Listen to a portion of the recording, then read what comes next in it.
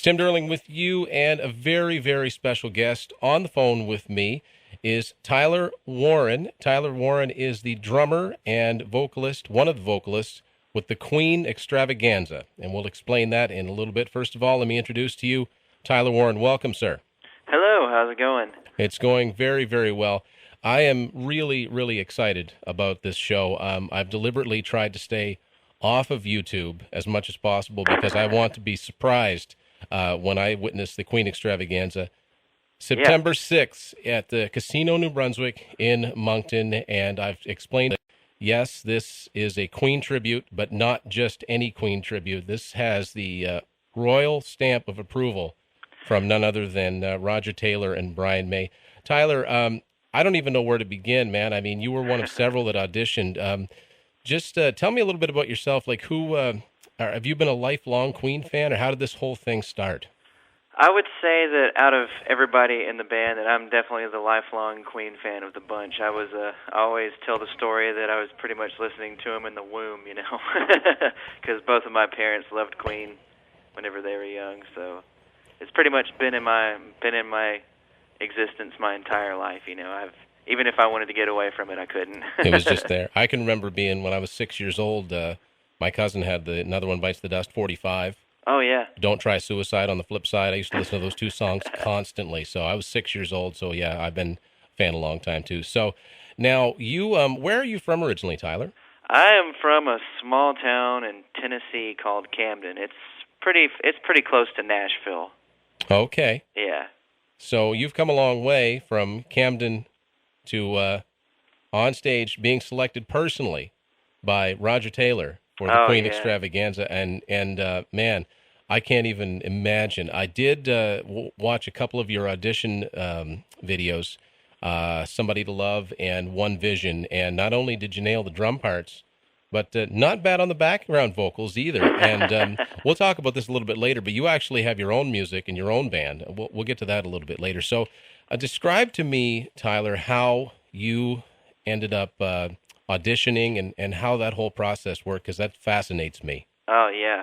Well, one day I just happened to be scrolling through the internet, and I think that I might have heard something about a Queen DVD or something like that coming out. I don't remember what it was, but for some reason I was on their website that day, and I saw the news clipping about the audition process, about how Roger was getting ready to put together a tribute band, but not like a tribute band in the sense of like dressing up, you know. Just he was wanting to put a band out there to keep the live show and the music alive, and to sort of, I don't want to say the other tribute bands out there, but to make sure that there's someone representing the music in a way that they wanted to do it. So I guess his method was to hold online auditions, and hundreds and hundreds of people sent them in, and I just got lucky, I guess.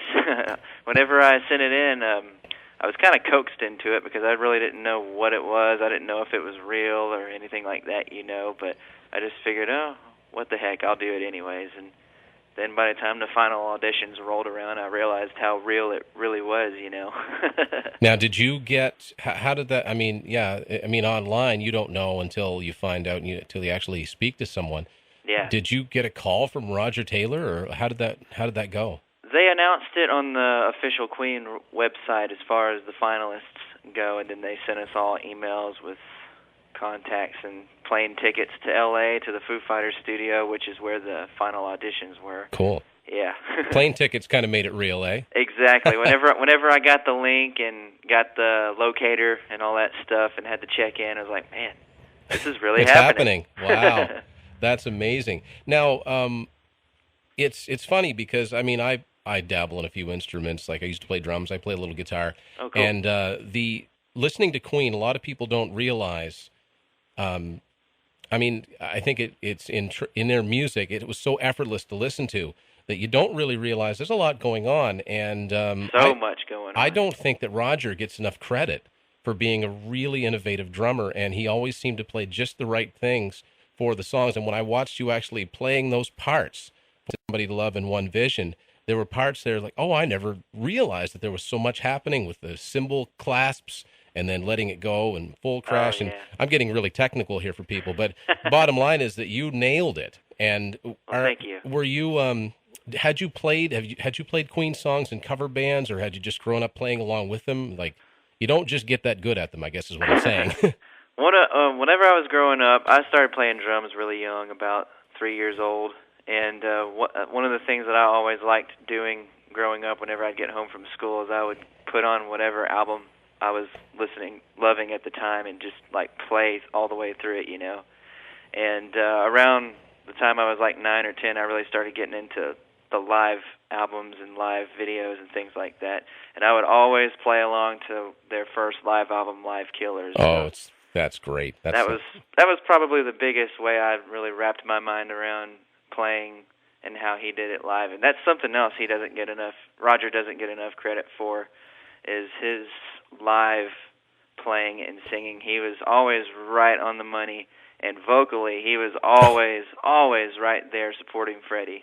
I love Roger Taylor's voice. He's got that high, raspy voice. I remember when I got into Queen, it was coincidental. It was around, I was a late bloomer to getting into their full catalog. It was around 92 when Bohemian Rhapsody became popular again in Wayne's World, and also the Concert for Life happened. Yeah. But I bought A Night at the Opera. That was my first Queen album. And I didn't read the credits. And I remember when I'm in Love with My Car came on, and I remember thinking, wow, Freddie sounds different on this one. And then I read the credits. Oh, that's Roger singing. And then I realized, Brian sings too. And man, what an amazing embarrassment of talent to have in one band. And also the fact that all four of them can boast, 2 or 3 of their major signature hit single songs to their names that each one of them wrote. Oh yeah, all 4 of them were just had their own hit singles, and hit singles, Yeah, you could name a couple. Oh yeah, I know those. It's pretty obvious, but and when Roger would play live, the highest parts you would hear, that's Roger. Oh yeah. A lot of times Freddie would just, I'm not saying he would forego the high notes, but to save his voice. Oh yeah. And you just hear Roger just wailing in the background. Meanwhile, all the while playing something like Sheer Heart Attack, where it's just full on, like it takes everything you got just to play it on the drums, and he's still singing that high part. Yeah, it's just amazing stuff. Yeah, Live Killers is a great. It's so raw. Oh yeah, I love it. I tend towards the heavier side. Like when Queen get heavy, I don't think you do heavy better. But they can do anything. They do great pop. They do great. Everything they put their stamp on was just number one. Aside from Queen, Tyler, who are some of your favorite bands? Who are some of your influences? Oh, there's so many. I know that's a loaded question. If there's any like studying drummers in the crowds, they'll probably notice that my drum setup for this tour is pretty similar to Neil Peart's, especially the tom setup. I like to say that my drum setup for this is a combo of Neil Peart for the toms, Dave Grohl for cymbals, and then Roger Taylor for the rotos and the singing. You just gained all kinds of cred here in Canada mentioning Neil Peart. Oh yeah. Yeah. That's really cool. And Roger himself, like I said before, as a drummer, I would direct somebody to something like, it's just a song off the top of my head. A song like, I'm getting obscure with songs here, but Dead on Time from Jazz. Oh yeah, love That's a busy song going on there. No doubt, man. So now the Queen show, and another thing, it's been all I can do not to look at your set list. I want to be surprised.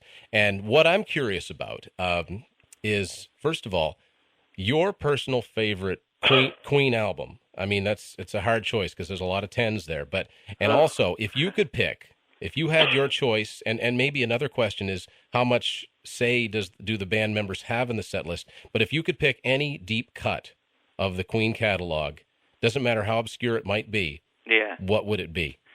My favorite album is probably going to be a tie between, a 3-way tie between Sheer Heart Attack, News of the World, and The Game. And as far as what song I would like to see, no matter what it is, I don't know. That's a tough choice. Like right before we went on tour, I think I just had my iTunes up and on shuffle, and Coming Soon off of The Game came up, and I was like, oh, that'd be kind of cool. That's funny you mentioned that. But 2 of those, Sheer Heart Attack I love, but as far as my 3 favorites, I would probably say News of the World, The Game, and either Jazz or The Works. Yeah. I love both of those albums. But, I mean, every one of them has, moments of brilliance, that's for sure. No doubt. So, yeah, coming soon. Good answer. Good answer. And I would be remiss. I recently watched the movie Ted, and so I gotta know. Do you guys ever do Flash's theme? No, we haven't done that one yet, but we'll see what happens. That I mean, I mean it's a cool little song. It's an interesting part of Queen's history too. So so how much say do you have in the set list, Tyler?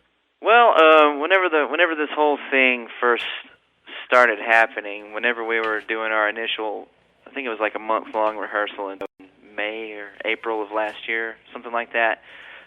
Spike Edney, their touring keyboard player, well, Roger too, but Spike definitely is our sort of the global music director for Queen. So he had a big say in what we play, or the song list for the tours. And this past one, we've kind of been fidgeting with like a set list to see what works better. Not too much, in case he's listening.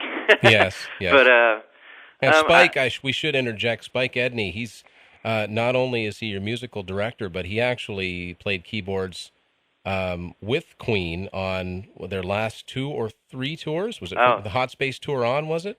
I think he started on the Works tour. On the Works, okay. But yeah, definitely, it's like And am I getting him mixed up with someone else, or was he not also a member of the Boomtown Rats? I do believe he was. I remember him talking about that one time. There you go. He's full of stories, Yeah. So I mean, you've got a lot of ties to. And you also use actual footage of Queen, do you not? Archive footage? That's right. For a good number of the songs, there's lots of like unseen stuff, like outtakes from videos, outtakes from shows, interviews. Lots of really good footage and shots, and like especially some of the Freddie stuff can get kind of emotional at times. From what I have seen, there's been like a couple of times where I'm like, oh, there's video playing behind me. Maybe I can sneak a peek, and it's great. It's awesome.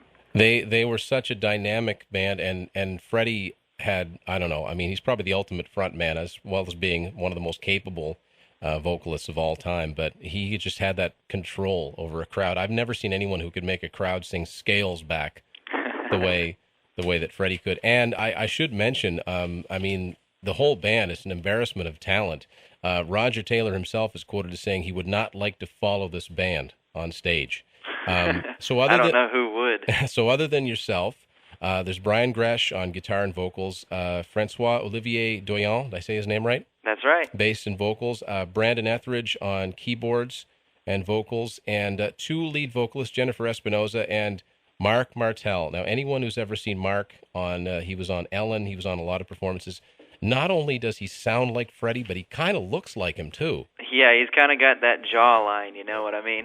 Yeah, just amazing. I'm so excited to see the show because obviously the last time that Queen toured North America with Freddie, I'd have been 8. So it would have been the Hot Space tour. So I obviously never got a chance to see them, and I never got a chance to see them with Paul Rogers. It's hard to imagine that the last Queen tour in North America with Freddie was over 30 years ago. You know what I mean? Yeah, and the last tour anywhere was the Magic Tour in '86. Yeah. But yeah, it just feels like this is a chance. And like you said earlier, it's not really to put anything against any other Queen tribute acts, but it is kind of the final word.